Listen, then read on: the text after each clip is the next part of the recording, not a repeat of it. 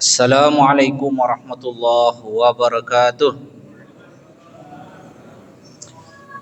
Innal hamdalillah nahmaduhu wa nasta'inuhu wa nastaghfiruh wa na'udzu billahi min shururi anfusina wa min sayyiati a'malina. May yahdihillahu fala mudilla lahu wa may yudlilhu fala hadiya lahu. Asyhadu an la ilaha illallah wahdahu la syarika lahu wa asyhadu anna Muhammadan 'abduhu wa rasuluhu la nabiyya ba'dahu. Allahumma shalli wa sallim wa barik ala nabiyyina Muhammadin wa ala alihi washabihi man walahu amma ba'd. Jamaah salat maghrib sekalian, kita berada di masjid ini sama-sama berniat mendekatkan diri kepada Allah supaya menjadi amal i'tikaf, dan berharap juga berlaku kepada kita apa yang disampaikan dalam hadis sahih Rasulullah SAW, menyampaikan sekira maknanya. Orang yang berkumpul di rumah Allah mempelajari ajaran Allah, maka Allah turunkan ke dalam hati mereka sakinah dan rahmah, disertakan dengan mereka para malaikat, dan disebut-sebut mereka di sisi Allah dengan kebaikan. Kita pada ahad kedua sekarang melanjutkan pelajaran kita dari surah An-Nisa, dars Al-Quran dari surah An-Nisa. Bulan yang lalu kita selesaikan hingga ayat 81, ayat 82 ya. Sekarang memasuki ayat, kita review sekilas tentang materi yang sebelumnya, bahwa kepatuhan kepada Allah dan Rasul itu diuji sederhana, yaitu kepatuhan kepada Rasul di ayat 80 itu. Kalau orang itu patuh kepada sang utusan Allah, itu udah pasti patuh kepada Allah, jadi nggak bisa dipisah itu. Kalau kepatuhan yang dilakukan hamba Allah itu kepada utusan Allah, itu kepada Nabi Muhammad, kalau kita, berarti dia sudah patuh kepada Allah. Tapi kalau dia merasa ogah, dia tidak mau patuh kepada sang utusan Allah itu, berarti dia nggak patuh kepada Allah. Kalau ada orang mengatakan kami patuh, ngomong di depan Nabi Muhammad saja, tetapi ketika di belakang Nabi Muhammad mereka tidak sesuai dengan apa yang mereka katakan, di ayat 81 itu yang disebut dengan orang-orang munafik, maka Nabi Muhammad diperintahkan oleh Allah supaya abaikan saja mereka itu. Artinya sikap mereka itu yang diabaikan, bukan mereka berhenti diajak, mereka tetap didakwah sebagai orang yang harus disampaikan kepadanya panggilan kebaikan. Tetapi bahwa sikap mereka lain di depan Nabi Muhammad dan lain di belakang Nabi Muhammad, bagi Nabi Muhammad diperintah oleh Allah, nggak usah dimasukkan ke dalam hati lah, nggak, biarin. Itu memang ada tipe orang seperti itu. Maka diperintahkan dalam ayat itu, fa'arid anhum wa tawakkal 'ala Allah. Ya, serahkan itu kepada Allah. Jangan jadi beban pikiranmu itu Muhammad, orang semacam itu. Ya, di depanmu bilang iya, di belakangmu bilang tidak. Nah, itu udah cuek aja, biarin. Itu memang dia yang menanggung itu. Jadi jangan menjadi beban pikiran bagi Nabi Muhammad itu. Ini ayat 481. Nah, ayat 82 kemarin, afala yatadabbarun al-Quran. Tidakkah mereka mentadabburi Al-Quran? Jadi makna tadabbur di situ sering dimaknai mentafakuri. Kalau kita baca dalam tafsir Jalalain itu dimaknai di situ afala yatadabbarun al-Quran. Makna yatadabbarun dimaknai Imam Jalaluddin, dia maknanya apa? Yata'ammalun. Makna yata'ammalun itu merenungkan. Jadi karena ayat Al-Quran ini kan kalamullah, dia berbahasa Arab, dia kalimat, ya. Jadi wahyu itu berupa kalimat, berupa kata-kata, berupa kalimat yang tersusun objek, predikat, keterangan itu. Ada topiknya, ada sindirannya. Nah, itu kalimat itu perlu dipikirkan. Dipikirkan dari aspek pilihan katanya, dipikirkan menyindir siapa ayat itu, kenapa sindirannya demikian, apa maksudnya agaknya sindiran itu. Nah, itu berarti kegiatan pikiran. Jadi orang yang beriman itu harus mentadabburi ayat Al-Quran. Mentadabburi itu artinya dia pikirkan apa pesan ayat itu. Karena kalimat yang kita baca kalau kita tilawah Quran itu kalamullah. itu bukan mantra, itu bukan sebuah kalimat-kalimat yang dinyanyiin tanpa makna atau dibaca indah tanpa makna. Enggak, itu ada pesan di dalamnya. Ada yang disindir di dalam kalimat itu. Ada yang disinggung di situ. Ada topik di situ. Nah ini. Jadi tadabbur itu sebuah kegiatan yang melibatkan beragam disiplin ilmu bahasa. Jadi kalau misalnya dalam kita umat Islam ini disiplin ilmu dalam memahami ayat Al-Quran itu ada di situ ilmu bahasa, ilmu struktur kalimat seperti ilmu nahu, ada ilmu pilihan kata seperti ilmu sarafnya. Bagaimana kosakata itu yang dipakai? Bentuk fi'il madikah, fi'il mudhari'kah, bentuk masdarkah, kata sifatkah, misalnya. Dan ada ilmu balaghah. Balaghah itu berarti fasahatul kalam. Di situ ada kalimat perumpamaan dibahas. Di situ ada kalimat kata pinjaman atau dalam biasa kita sebut ungkapan. Nah, jenis ungkapan itu apa? Ada kata pinjaman atau kita sebut semacam jenis personifikasi, ya. Itu dalam kalimat. Jadi disiplin ilmu itu ada. Terus apa lagi disiplin ilmunya? Ada ilmu ma'ani. Kenapa kosakatanya demikian dipilih? Kenapa enggak kosakata ini? Kan ini kosakatanya maknanya sama. Ma'ani. Jadi ada disiplin ilmu.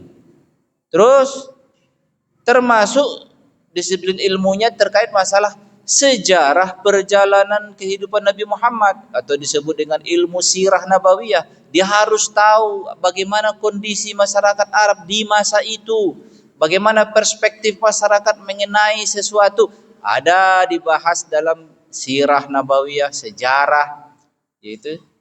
Jadi disiplin ilmu. Oleh karena itu kalau dalam kuliah agama kita amati apa saja mata kuliahnya. Lihat mata kuliahnya di situ. Banyak mata kuliahnya. Dari sejak pesantren ada mata pelajarannya apa aja. Perhatikan apa tujuan mata pelajaran itu. Pasti tujuan mata pelajaran dalam pesantren itu targetnya memahami Al-Quran dengan berbagai sudut pandang ilmu. Jadi belajar untuk memahami Al-Quran itu pintu masuknya hanya dunia pendidikan pesantren. Karena disitulah dia mempelajari bahasa Arab, ilmu nahwu dan sorofnya, dia mempelajari ilmu balaghahnya, dia mempelajari dari aspek sejarah hukumnya atau disebut dengan tarikh tasyri'nya, dia mempelajari di situ bagaimana juga sirah nabawiyahnya, tarikh, misalnya tarikh Rasulullah itu kita kenal sirah nabawiyah. Ini, jadi untuk tadabbur ayat Al-Quran itu banyak disiplin ilmunya. Belum lagi kita nanti belajar tentang ulumul Quran, sejarah Al-Quran, bagaimana Al-Quran itu dibacakan dari malaikat Jibril ke Nabi Muhammad, bagaimana Al-Quran itu tersimpan dalam memori para sahabat, bagaimana Al-Quran itu mana yang duluan turun, mana yang belakangan turun. Belum lagi data-data hadis terkait masalah ayat-ayat Al-Quran itu, ada nama asbabun nuzul, ada peristiwa-peristiwa pada saat ayat tertentu turun, ada datanya. Itu juga menjadi bagian objek kajian ahli ilmu. Sehingga untuk mencapai sebuah makna tadabbur Al-Quran, ada sebuah konten pernah saya ikuti gini. Ada seorang mahasiswa di Malaysia, dia sering mengawal syekh dari Maroko. Syekh Maroko ini syekh terkenal namanya Al-Kamali. Beliau itu ulama besarnya di Maroko sekarang, yang populer di sana, sering diundang berbagai negara dia untuk dakwah, diundang ke Arab Saudi, diundang ke Kuwait, diundang ke Emirat, pernah diundang ke Indonesia, ke Malaysia, ke Indonesia aku belum tahu, kayaknya belum. Dia ada cerita sini. Syekh, kenapa Syekh tidak mau menyebut kalau ngaji Al-Quran itu dengan tadabbur Al-Quran? Dia bilang, nggak usah kita pakai sebutannya tadabbur Quran. Kenapa? Karena kalau tadabbur Quran itu melibatkan banyak disiplin ilmu. Kalau kita cuma ceramah membahas sekilas saja dari ayat itu belum sampai ke level tadabbur. Paling hanya kulit-kulitnya saja. Tapi lumayanlah. Tapi jangan sampai itu kita pakai istilah tadabbur kalau cuma hanya membaca sisi sedikit dari narasi ayat itu, kata dia. Saya lebih memilih darsul Quran saja atau tafsir sekali. Kita bilang tafsir kata. Gak apa-apa kalau belajar tafsir silahkan. Kenapa? Kalau kita belajar tafsir berarti kayak gini sekarang. Terkait masalah ayat yang saya bahas ini, ayat 80 dari surah An-Nisa. Yang saya baca tafsir Jalalain. Sekilas saja Imam Jalaluddin As-Suyuti Jalal Mahali membahasnya, dia bilang makna tadabbur ya ta'ammalun, memikirkan, merenungkan. Ya ta'ammalun Al-Quran, itulah makna ya tadabbarun Al-Quran. Wa ma fihi minal ma'ani, dan makna-maknanya disingkat aja. Ya udah. Walau kana min indi ghairillah, andai Al-Quran itu bukan dari Allah, jadi bikinan orang misalnya, atau bikinan Muhammad, atau bikinan siapa saja, andai itu bukan bikinan Allah, niscaya konten Al-Quran itu akan didapati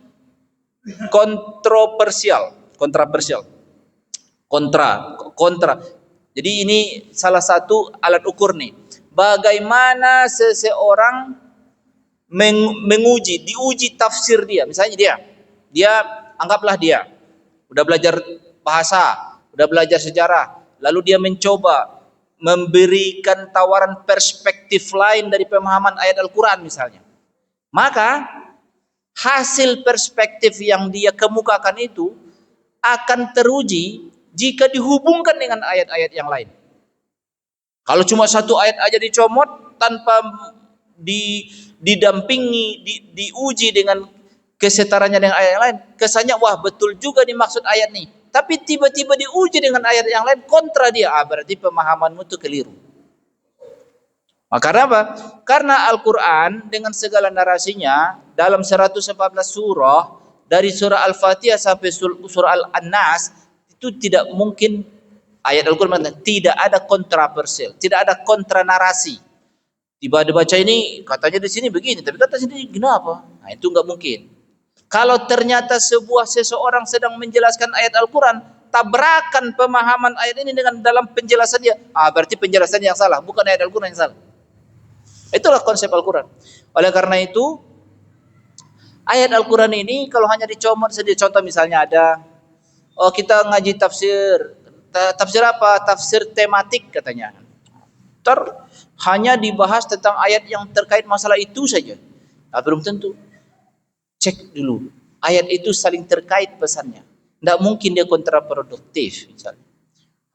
Seperti misalnya tentang tema adil, tentang surga dan neraka, siapa yang diancam masuk neraka, siapa yang diancam masuk surga. Bagaimana Allah menghina tipe manusia yang semacam ini, maka di seluruh ayat itu tipe yang semacam itu terhina. Ya, itu Al-Quran itu demikian. Jadi satu kesatuan ayat Al-Quran itu. Makanya seakan-akan Al-Quran itu satu kalimat katanya. Artinya apa? Satu nafas gitu. Satu tarikan nafas seluruh ayat Al-Quran itu seakan-akan secara makna demikian. Itu mana? Afala yatadabbarul Quran, sehingga dalam Al-Quran dikatakan ditantang ini. Kalian uji aja Al-Quran itu. Cari ayat yang kontra narasi dia. Kontra kalau berlawanan gitu antara ayatnya.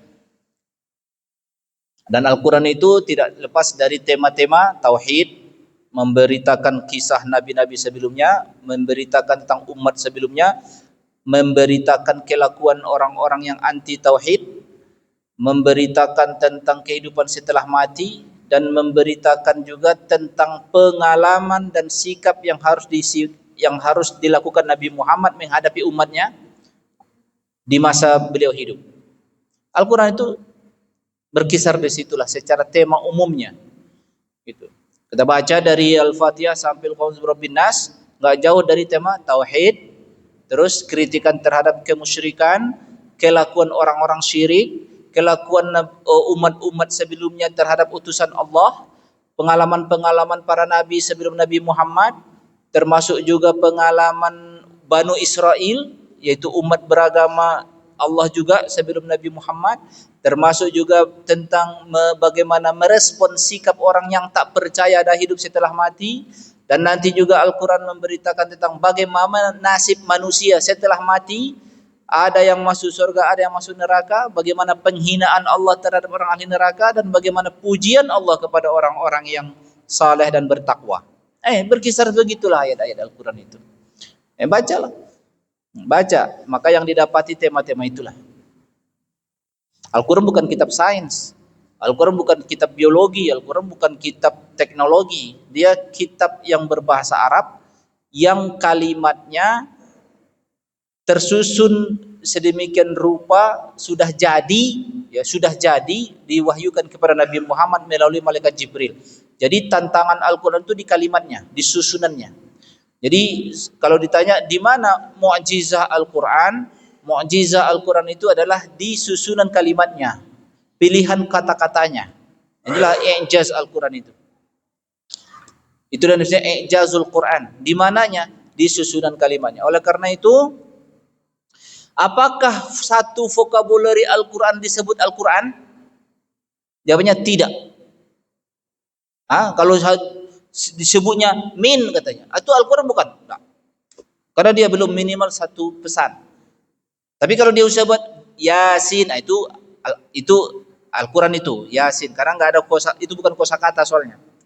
Yasin, Alif Lam Mim, Qasim Mim. Itu bukan kosakata, itu ayat itu. Tetapi kalau hanya diucap Al-Kitabu, itu belum Al-Quran itu. Minimal satu kalimat sempurna. Dalikal Kitabu la raiba fi. Itu Al-Quran itu. Sudah tersusun kalimat soalnya. Gitu ya. Itu Al-Quran. Jadi kalau disebut bacalah Al-Quran, supaya disebut dia membaca Al-Quran, apakah harus dibacanya seluruh Al-Quran supaya disebut dia telah menjalankan perintah itu? Jawabannya tidak. Sebagian pun dibacanya dari ayat Al-Quran, dia sudah disebut baca Quran. Ya, jadi kalau misalnya Al-Quran itu disebut Al-Quran, sebagian pun seperti misalnya satu surah dari Al-Quran disebut Al-Quran, iya. Dia baca Quran, membaca Al-Fatihah dia. Sudahkah dia disebut membaca Al-Quran? Sudah. Dia baca Qul huwallahu ahad, Allahu samad, lam yalid wa lam yulad wa lam yakul lahu kufuwan ahad. Udah baca Quran dia? Sudah. Terus dia tadabburi kalimatnya. Sudah mengamalkan ayat ini? Sudah. Karena Al-Quran itu menantang orang yang tak percaya kepada Al-Quran. Tantangannya sederhana saja. Bikin setara Al-Quran satu surah saja. Dan satu surah paling pendek di Al-Quran itu, Inna a'tainakal kautsar fasalli li rabbika wanhar inna syani'aka huwal abtar. Bikin setara itu.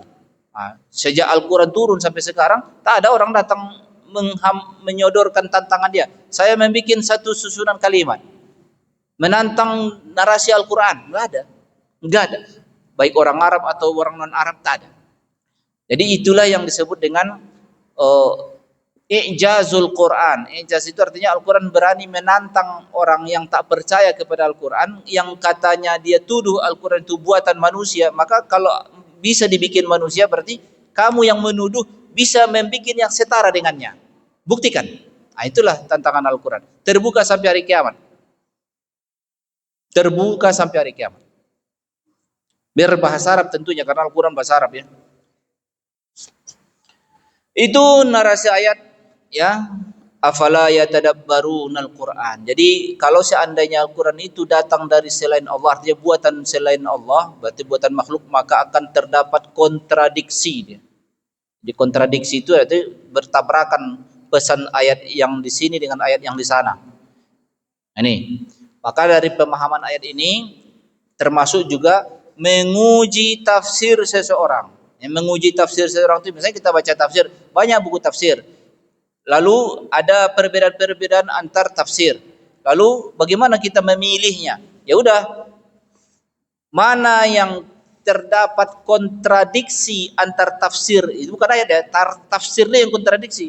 Ketika dia menafsirkan ayat ini dia bilang begini, tetapi ketika dia menafsirkan ayat yang lain kontra. Itu berarti tafsir dia yang salah. Tafsir orang itu yang salah. Jadi cara menguji tafsir juga begitu.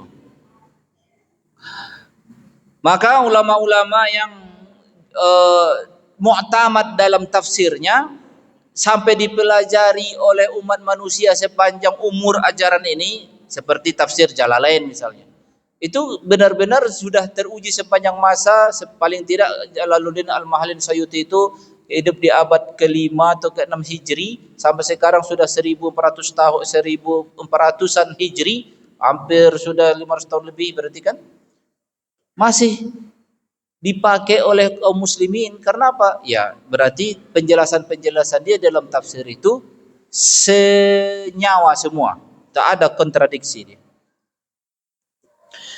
Kemudian berikut ayat 83 tadi tentang masalah orang yang anti Al-Quran.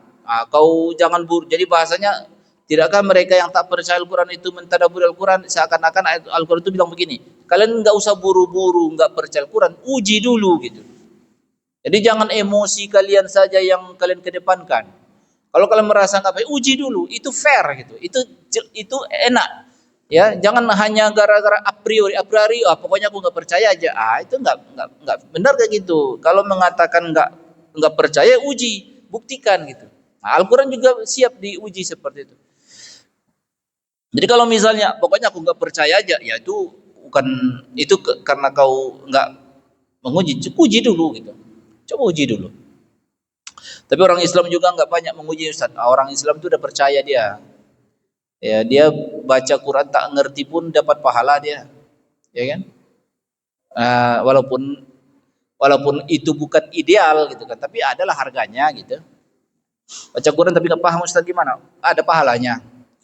Pahalanya banyak. Ya adalah 1:10 per huruf. Kalau mau lebih banyak, tadabburi Al-Quran. Pahami, renungkan, pelajari. Karena itu kalamullah, itu komunikasi. Itu Allah ngomong tuh. Bayang kalau orang ngomong kau nggak paham, enak nggak sih? Ya, orang kalau kita ngomong supaya kita nyambung, ya kita paham apa yang dia katakan. Nah, seharusnya sih Al-Quran juga gitu. Seharusnya kita paham juga. Nah, ini mudah-mudahan dalam proses memahami ayat Al-Quran lah ini. Ngaji setiap ahad kedua nih. Surah Yasin, surah An-Nisa.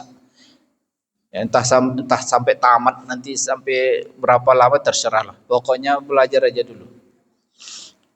Tapi biasanya jarang orang selesai belajar Quran itu. Kecuali dia sungguh-sungguh ya. Dia belajar sungguh-sungguh. Kalau kayak gini orang terlalu sibuk soalnya hidup. Hidup ini terlalu merepotkan. Sehingga sedikit waktu untuk belajar. Habis umur dia, syukur masih ada duduk dia di mesin ngajar ngaji. Banyak orang enggak juga. Ya udahlah. Apa adanya aja lah. Yang ada ini alhamdulillah. Yang enggak, ya udahlah. Mungkin mereka sibuk. Berat hidup kayaknya, capek. Tapi sayang aja sih, dikasih umur, masa dia sejak lahir sampai mati dia nggak paham ayat Al-Quran, kan ngeri juga itu. Itu yang ya lucu aja sih. Malaikat pasti tertawa melihat umat Nabi Muhammad yang semacam itu. Ya lucu aja mungkin malaikat, ini orang nggak ngerti dia sebenarnya ini apa yang dibacanya, yang didengarnya itu nggak ngerti dia. Malaikat lucu dilihatnya, tapi ya kasihan aja lah, kasihan aja. Toh dia beriman kok, beriman dia walaupun dia tak paham. Kita harapnya kasihan Allah aja. Kalau seandainya nggak karena kasihan Allah, itu ngeri kita ini hidup nih, ya kan? Nah, kalau gimana lagi? Waktu nggak cukup lagi mau memahaminya.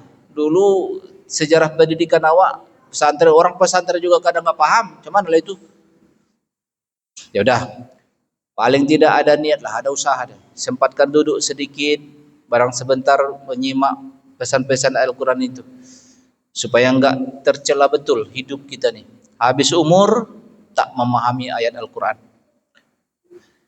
Masuk kita ke ayat 83. Ayat ini penting.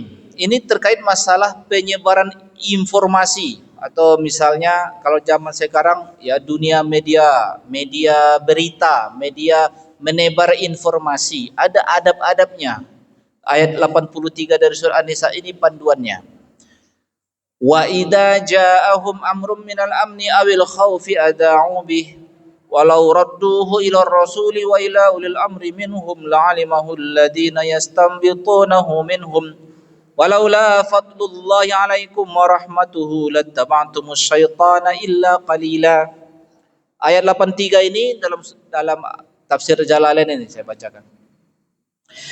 Ayat ini ceritanya terkait masalah hari-hari Nabi di Madinah, terkait masalah penyebaran informasi atau isu atau kabar berita terkait masalah grup Nabi Muhammad dalam peperangan. Ini disebut apabila datang kepada mereka sebuah perkara, amrun itu sebuah tema, sesuatu informasi, kontennya bisa sesuatu informasi terkait rasa aman atau rasa cemas. Minal amni abil khaufi. Jadi konten berita itu terkait rasa menggembirakan atau rasa memberi nyaman atau memberi cemas gitu. Ada dua kemungkinan konten berita itu terkait masalah peristiwa.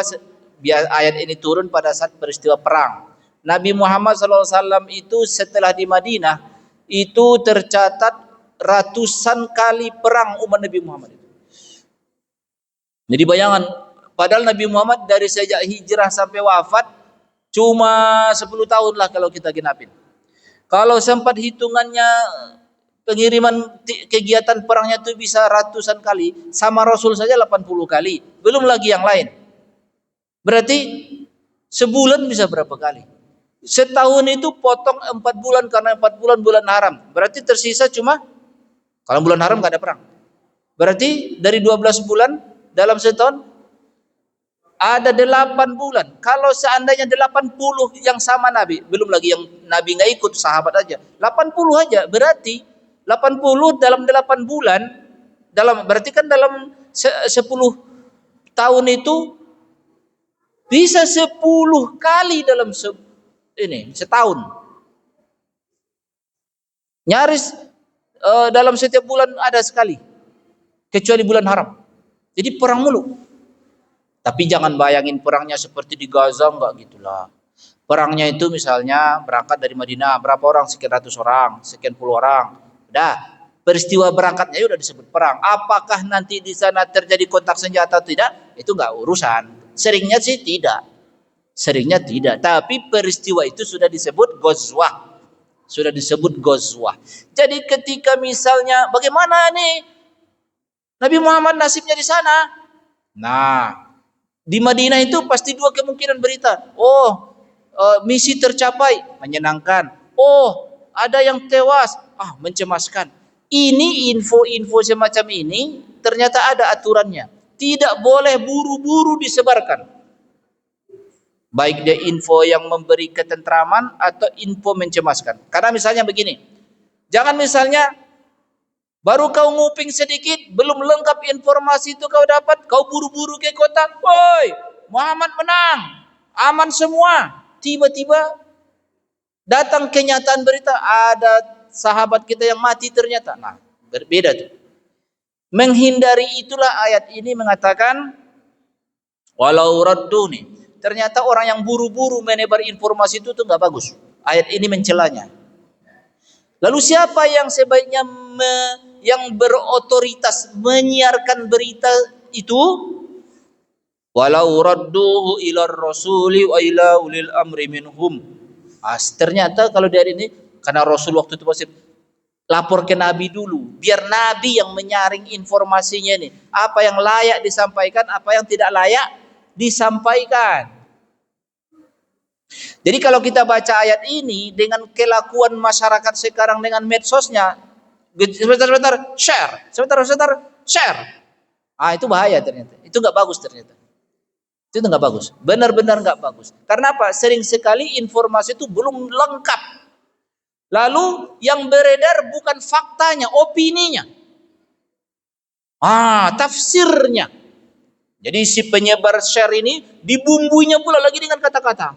Entah arah tergantung dia dah. Entah menyenangkan atau memuji atau menghina, tergantung dua itulah.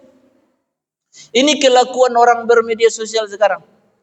Saya termasuk yang tidak mau gampang nge-share itu. Benar, benar. Ya. Di grup itu ketahuan orang yang kelakuannya sedikit-sedikit nge-share, sedikit-sedikit nge-share. Habis itu dibumbui lagi dengan komentar dia. Itu ternyata nggak sesuai dengan akhlak ayatnya. Ayat menganjurkan kita, siapa yang punya otoritas harusnya dipastikan dulu berita itu, matang dulu berita itu. Kenapa? Karena satu fakta ketika di-share, orang beropini nanti. Jadi orang kadang nggak bisa membedakan ini fakta, mana opini, mana fakta, nggak jelas. Habis itu ditafsirkan pula lagi. Ini gara-gara ini, gara-gara ini. Sama lah dengan peristiwa-peristiwa yang sekarang lagi bencana kan. Faktanya ada, banjir. Faktanya apa? Kayu gelondongan. Faktanya apa? Lumpur. Itu faktanya. Gitu kan? Tapi opininya?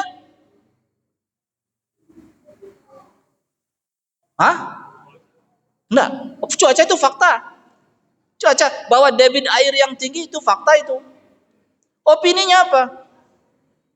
Ini gara-gara kejahatan manusia, ini gara-gara kebijakan, ini. Itu opininya. Itu. Tapi kalau misalnya nih, ini kan jarang direnungkan ayat ini, jarang dikaji ayat ini. Karena dunia medsos sekarang orang sukanya apa?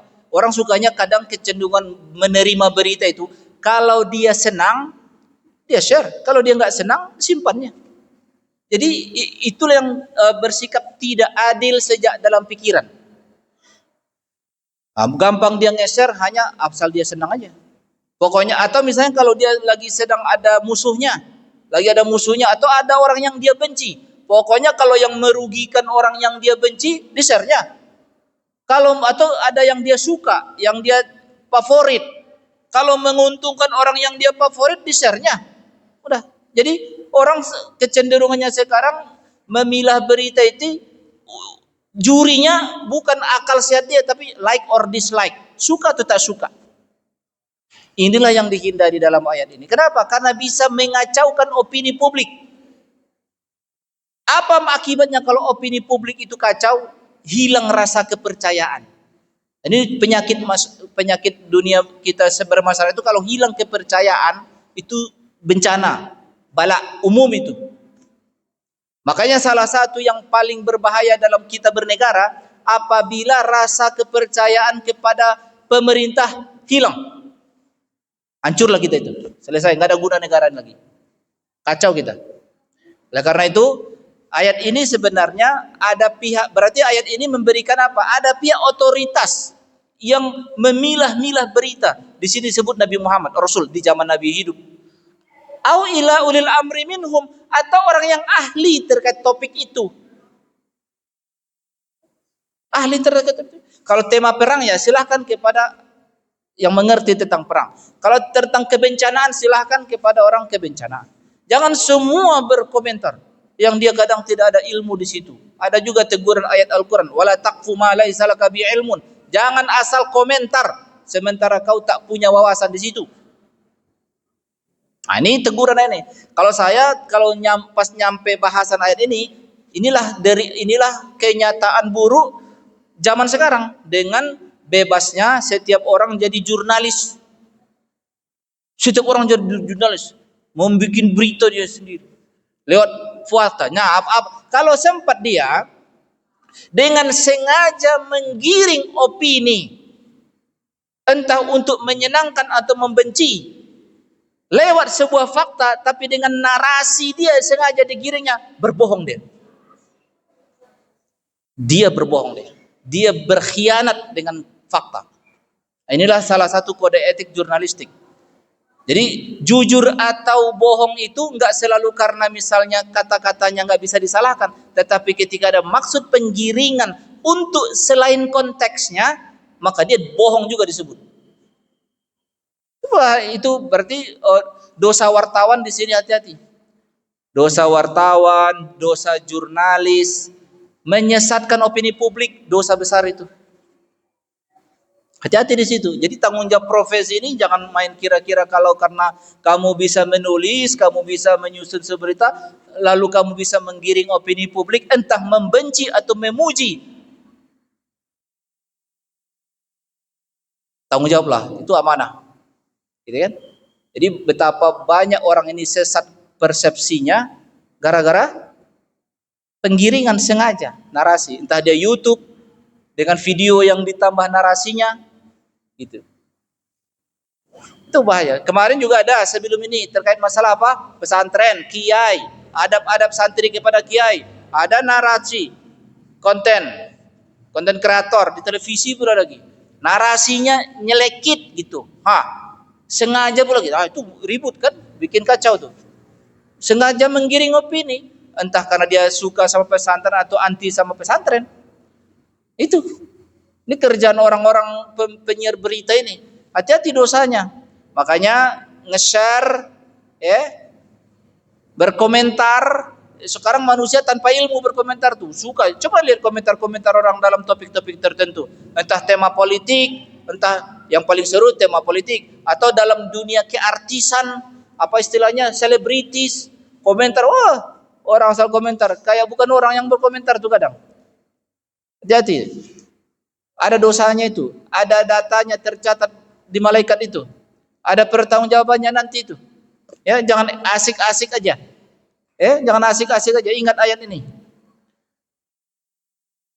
Walaula fadlullahi alaikum warahmatullahi. Jadi di zaman ayat ini turun ternyata efek buruk dari penyebaran berita itu sudah terjadi sehingga ayat ini turun menegurnya. Zaman itu aja udah turun. Artinya ayat ini berlaku sepanjang masa. Nasihat ini berlaku sepanjang masa. Bahaya penyesatan berita itu ancamannya terjadi bukan hanya di zaman ayat ini turun, dan bisa berpotensi sepanjang masa atas ketidakbenaran kelakuan manusia. Jadi jadi gini, kalau diuji misalnya, ditanya bagaimana pandangan Islam dalam mengontrol berita atau kegiatan jurnalistik. Oh ya, secara syariah memang ada yang pantas diberitakan, ada yang tidak pantas diberitakan. Itulah kalau pandangan syariatnya. Kecuali dia mau pandangan liberal, pandangan bebas, tanpa kontrol, terserah orang memberitakan, salah benar nanti urusan belakangan. Itulah kekacauan namanya. Gitu. Jadi bisa saja nanti berita itu penggiringan opini. Yang sosok orang ini sebenarnya nggak baik, dibom dengan informasi seakan-akan dia baik. Itulah kelakuan dunia informasi kebebasan sekarang kan. Seorang ini misalnya sebenarnya dia baik, tapi karena banyak ada gerakan suara, gerakan penggiringan opini supaya orang ini diopinikan jelek misalnya. Bisa juga. Itulah dunia kebebasan yang dianut dunia sekarang. Ya. Dan media ini menjadi apa sekarang? Menjadi kenapa disebut media itu menjadi pangkal penyesatan? Karena media itu cari duit. Cari duit. YouTube itu dia tidak mempermasalahkan konten itu benar atau tidak benar. Pokoknya kalau dia berhiburnya hiburan, kalau ada banyak yang nge-like ya banyak viewernya, nanti banyak iklan lewat di situ, dia bayar. Orientasi orang bukan masalah ini bisa bikin rusuh atau bikin damai, enggak. Orientasinya bisa mengundang iklan atau enggak. Kalau datang iklan banyak, bayar dapat duit. Itu. Orientasinya bukan masalah mencari kebenaran. Hati-hati juga di sini. Ini kenyataan kita sekarang. Paling tidak kalau kita nggak bisa mengubah keadaan itu kenyataan sudah begitu. Orang senang saja nge-share apa saja beropini. Maka apa yang bisa kita lakukan? Maka perbaiki dari diri sendiri. Pilih-pilih. Jadi pakai akal sehat, mikir yang tenang, uji dulu apa benar memang orang kayak gini apa benar itu. Caranya sederhana saja. Jangan dahulukan selera dalam memilih berita. Karena selera itu bukan juri yang baik. Selera itu artinya kalau dia suka atau tidak suka, jangan itu jadi jurinya. Itu namanya hawa. Ayat Al-Quran menegur itu. Jangan kalian jadikan selera kalian jadi juri. Jangan. Tapi akal sehat kalian, rasa adil kalian.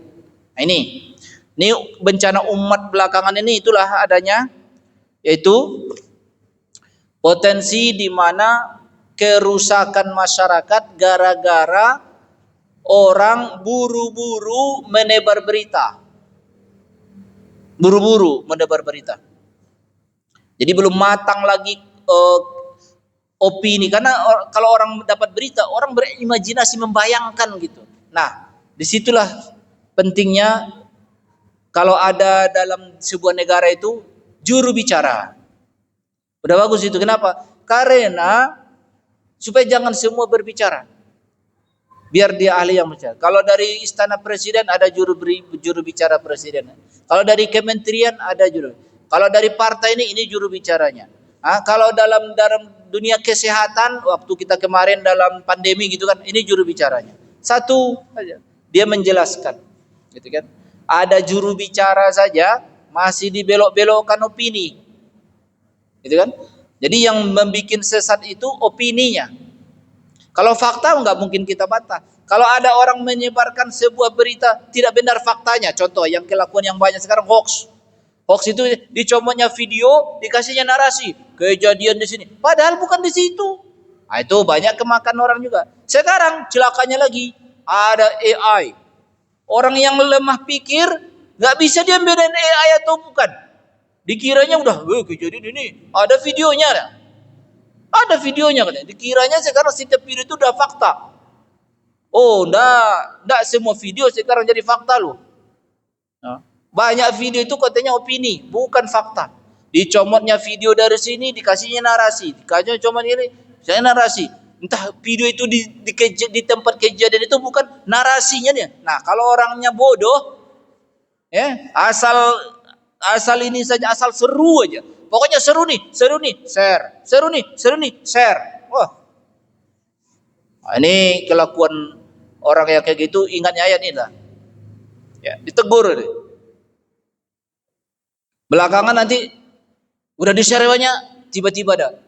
Itu hoax. Ada sekarang ada juga situsnya untuk memfilter. Saking banyaknya hoax itu yang beredar di media sosial, di Facebook, di YouTube, di IG, Instagram, di banyak lah, di grup-grup. Dah. Kalau saya alhamdulillah kalau dalam grup itu baca pun malas saya. Tapi diundang orang ke situ biarin aja. Penuh. Banyak sampahnya sekarang tuh di grup itu. Kenapa? Kelakuan orang share. Banyak sampahnya. Gitu. Jadi insya Allah hidup kita ini lebih aman, ya, nggak menjadi ini kita apa ini? Ada sebuah kaidah begini. Kamu tuh nggak usah FOMO, takut ketinggalan berita, nggak usah. Kalau memang akan bermanfaat buatmu, akan Allah tunjukkan kepadamu yang benar. Jadi nggak usah FOMO kali. Ya, takut ketinggalan berita katanya, nggak usah. Tahan santai aja. Termasuk masalah ingin tahu masalah rahasia orang lah, masalah trending inilah, ya, apalagi terkait masalah aib orang, seru pula itu di ini, aib orang, selebriti, itu nauzubillah. Kita ada adabnya, menyiarkan aib orang itu dosa. Walaupun benar, justru benar, itu makanya dosa. Kalau nggak benar fitnah namanya, ya, benar aib orang itu di share pula, itu dosa itu. Itu gibahnya. Sekarang gibahnya elektronik. Memang dia nggak ngomong, memang tapi nge-share dia. Sama ini komen. Nge-share itu gibah lah. Jari dia bertanggung jawab di situ. Dia share di grup, dia share. Aib orang. Ya, nauzubillah min zalik. Kita masih ada waktu 5 menit lagi. Dari dua yang kita bahas ini, mungkin ada yang mau ditanyakan.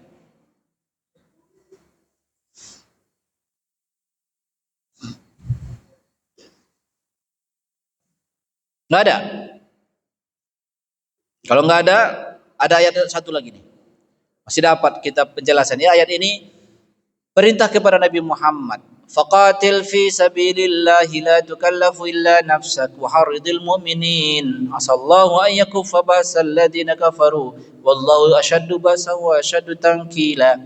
Perintah ini kepada Nabi Muhammad. Faqatil, maka perangilah. Itu kata perintah perang. Kita udah pernah bahas sebelumnya. Dari sekian nabi yang wajib kita imani, yang diberitakan namanya dalam Al-Quran, nggak semua nabi itu ada perangnya. Nabi Nuh, Nabi Hud, Nabi Soleh, Nabi Ibrahim, Nabi Ishak, Nabi Ismail, Nabi Yusuf, nggak ada perangnya. Nabi Musa juga nggak ada perangnya. Yang ada perang itu Nabi Dawud, Nabi Sulaiman. Setelah itu nggak ada lagi. Sampai ke Nabi Isa pun nggak ada perang. Pas Nabi Muhammad ada perang. Jadi Nabi Muhammad ini fenomenal. dalam seluruh para nabi ada perangnya dan banyak pula. Jadi Nabi Muhammad diperintahkan perang. Jadi perang itu kekerasan bukan? Oh, nampaknya Pak, namanya perangnya perang lah pula, ancamannya mati, gitu kan? Luka-luka, fi sabilillah. Nabi Muhammad disuruh faqatil fi, tapi perang itu hanya satu alasan yang boleh, fi sabilillah. Selain itu tidak. Jadi memastikan perang itu fi sabilillah, kalau zaman Nabi masih hidup, Nabi yang menentukannya atau Allah yang menentukannya. Setelah Nabi wafat, siapa yang menentukan perang itu fi sabilillah atau bukan? Kepala negara. Enggak boleh ada yang lain. Atau kepala negara minta penjelasan dari ulama. Bagaimana ini? Jadi menentukan perang itu fi sabilillah bukan individu. Harus keputusan, kalau dalam konsep bernegara ya negara. Kecuali negara kacau. Negara kacau, enggak ada pemerintahan, hilang legalitas, hilang apa? Terus siapa yang menetapkan perang? Kalau di hadis mengatakannya, hindari saja, itu fitnah. Fitnah itu artinya itu kekacauan. Umat Islam anjurannya kalau sesama umat Islam itu kacau, mundur saja. Jangan ikut-ikutin, karena enggak jelas nanti ini fisabilillah atau fisabil sultah. Ini jangan-jangan fisabilillah itu jangan-jangan mengejar kekuasaan, ngeri. Jadi kalau sesama muslim hati-hati. Lebih dianjurkan mundur saja. Enggak usah ikut-ikutan. Tapi kalau udah valid nih, perang fisabilillah itu pasti menegakkan agama Allah. Musuhnya pasti bukan muslim. Ya, jadi perang ini. Dan Nabi Muhammad katakan, la tukallafu illa nafsak. Seandainya orang-orang enggak mau ikut perang, kau sendiri pun silakan maju. Begitulah ini nyuruh. Kalau orang-orang enggak mau Muhammad, kau sendiri pun silakan. Saking Nabi Muhammad diperintahkan orang pertama, baru waharidil mu'minin. Tapi supaya, karena perang ini mulia fisabilillah, derajatnya paling top level amal soleh, nggak ada di atas itu amal soleh lagi. Di jihad fisabilillah ini top level amal soleh. Oleh karena itu ajak orang lain untuk ikut, haridil mu'minin, gerakkan orang-orang beriman ini, motivasi mereka, pahamkan kepada mereka kenapa harus perang. Ada haridil mu'minin, asallahu ayakufa basal ladina kafaru. Begitulah perintah Allah kepada Nabi Muhammad supaya kalian tidak disakiti oleh orang kafir. Jadi orang mukmin itu harus tampil terhormat, berwibawa, gagah. Wallahu asyaddu basa wa asyaddu tankila.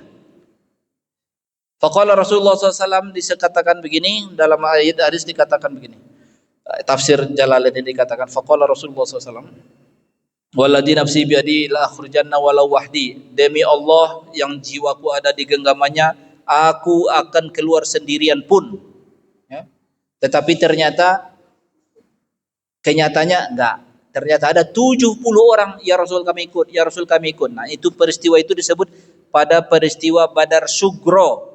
Badar Sugro itu muqaddimah sebelum terjadi perang Badar yang tentaranya ikut waktu itu 313 orang. Jadi ada permulaan sebelum perang Badar itu ada namanya Badar Sugro. 70 orang bersama Nabi Muhammad pergi ke kawasan Badar juga. Tapi enggak terjadi kontak senjata waktu itu. Nah, ini tema ayat ini, ayat nomor 84. Kita catat, insyaallah bulan depan kita lanjutkan ke ayat berikutnya 85. Ya.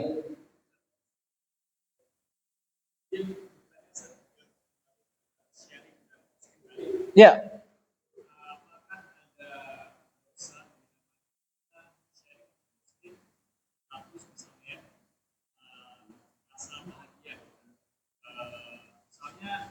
Berisi tausiah.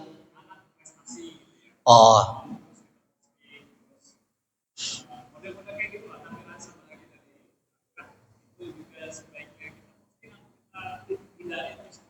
Iya, beda. Ini posting juga, tapi yang kita maksud tadi itu berita terkait masalah peristiwa yang menciptakan rasa aman atau kenyamanan atau kecemasan. Seperti misalnya peristiwa bencana tadi. Sebenarnya apa yang terjadi di sana? Berapa banyak korban? Mencemaskan kan? Atau misalnya ada peristiwa perang tadi, menang atau kalah sih? Kalau menang, oh gembira. Kenapa dikontrol? Jangan dulu buru-buru katanya. Karena jangan-jangan nanti ada salah informasi. Sehingga orang sudah termakan opini, oh aman ternyata salah. Orang sudah terlanjur merasa aman, ternyata masih ada ancaman. Itu yang dihindari sebenarnya. Lalu yang ditanyakan ini kalau peristiwa yang kita share itu Ustaz, acara wisuda, acara organisasi, acara ini, dengan maksud supaya orang tahu saja. Ya kan? Bahwa ada peristiwa ini, mungkin ada nikahan, mungkin ada acara pelantikan jabatan, ada wisuda anak, ada anak masuk pesantren ini atau sekolah itu enggak ada masalah, itu fakta yang sebenarnya, gitu ya, nggak ada opini di situ, ya kan? Yang kita khawatirkan ini berita yang berkemungkinan digoreng sama opini, seperti sekarang ini bencana itu banyak opininya tergantung digeser kemana. Ya kan? Ini gara-gara apa nih? Pembalakan liar. Di Sumatera Barat itu nggak ada pembalakan liar. Itu longsor murni. Gitu kan? Terus, tapi kan opini, coba datang ke sana. Aku orang sana. Aku sering situ. Memang kawasan itu sering longsor memang. Gitu kan? Tapi kan opini sudah kacau nih. Itu. Terus ini gara-gara banyak kebun sawit nih. Dulu sawit itu nggak tumbuh dalam ketinggian lebih dari 400 meter. Jadi jangan-jangan yang lain, bukan sawit. Mungkin galian ini. Galian banyak. Kalau galian banyak sih, ya, tambang liar banyak. Tapi kan opini yang tertuduh macam-macam kan. Yang Prabowo lah katanya yang ternyata punya konsesi itu. Opininya diaduk-aduk di situ. Akhirnya ujung-ujungnya nanti tujuannya kemana? Hilang kepercayaan kepada pemerintah. Celakanya buat kita semua. Makanya hati-hati. Hati-hati. Jadi ya, kalau misalnya dari kajian kita malam ini bisa enggak mungkin menyelesaikan masalah. Kenyataannya bencana yang kita rasakan bersama secara bencana sosial itu gara-gara kita sendiri, gitu kan? Kita kutuk orang pembalak liar misalnya, kita kutuk, ya, gara-gara kalian nih, loh, tanpa sadar kita banyak beri tisu nih. Emang pabrik orang menebang kayu itu untuk memenuhi pasar siapa? Kita dulu berubah dari plastik ke kemasan yang green go green kita bilang. Senanglah kita, tinggal plastik, nggak ada lagi bungkus plastik kalau kita belanja supermarket. Ternyata bungkusnya kertas sekarang. Kita nggak tahu aja kertas itu dari mana. Dulu peraturan menebang kayu itu dengan diameter sekian baru diizinkan. Sekarang karena kebutuhannya dulu bikin balok, ya mestinya kayunya harus besar. Sekarang kebutuhannya bukan buat balok. Kebutuhan sekarang bikin bubur kertas, bikin karton, bikin kardus segala macam. Kayu-kayu kecil juga bisa, ya habislah itu. Berarti ini melingkar ini berputar ini. Jadi kalau mau mengubah keadaan itu ya kita introspeksi diri juga. Betapa banyak sekali. Aku pikir dulu pada saat dunia berita itu bisa dibaca di screen seperti ini. Bayangan aku pabrik kertas tutup nih, karena koran nggak laku lagi. Bayangan aku dulu gitu. Ya kan? Pada saat aku belajar ini, mencoba membeli saham atau membeli reksadana, aku bacalah prospektusnya kan. Kemana lah uang ini akan diinvestasikan? Ternyata deretan nomor 1 itu pabrik kertas. Dan ketika dilihat pasar internasional, Indonesia yang paling banyak ekspornya. Dan harganya murah pula lagi. 5.000 satu, sekarang dioper banyak nih. Siapa yang menanggung derita? Sahabat-sahabat kita mati 1.000 orang. Kalau memang angkanya seperti itu, nauzubillah min zalik. Ya udah, jadi kalau ada panggilan taubatan nasuha, kita semua yang taubatan nasuha, bukan pembalak liar itu aja, karena mereka membalak itu karena sedang mengejar permintaan pasar. Pasar itu siapa? Kita nih, nauzubillah min zalik. kita sudahi dengan kafaratul majelis. Subhanakallahumma bihamdika asyhadu an la ilaha illa anta astaghfiruka wa atubu ilaik. Assalamualaikum warahmatullahi wabarakatuh.